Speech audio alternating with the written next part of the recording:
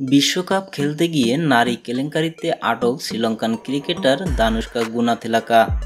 ধর্ষণের অভিযোগে তাকে আটক করেছে সিডনি পুলিশ। ফলে তাকে রেখেই ফিরে আসতে হচ্ছে সতীর্থ শ্রীলঙ্কান ক্রিকেটারদের। শ্রীলঙ্কার ঘোষিত বিশ্বকাপ স্কোয়াডে ছিলেন দানুশকা গুনাথিলাকা। তবে গ্রুপ পর্বের প্রথম ম্যাচে নামিবিয়ার সাথে খেলার পর আর মাঠে নামা হয়নি গুনাথিলাকার। হ্যামস্ট্রিক ইনজুরির কারণে টুর্নামেন্ট থেকে ছিটকে যান তিনি। তবে দলের সঙ্গে রেখে দেওয়া হয় এই ক্রিকেটারকে। এর আগে 2018 সালে গুনাথিলাকা এমনই এক ঘটনার সাথে জড়িত ছিলেন বলে অভিযোগ ওঠে গুনাথিলাকার বিরুদ্ধে। ফলে সে সময় শ্রীলঙ্কার ক্রিকেট তাকে বরখাস্ত করে দেয়। সেবার নরওয়েজিয়ান এক নারীকে ধর্ষণের অভিযোগ উঠেছিল গুনাথিলাকার উপর।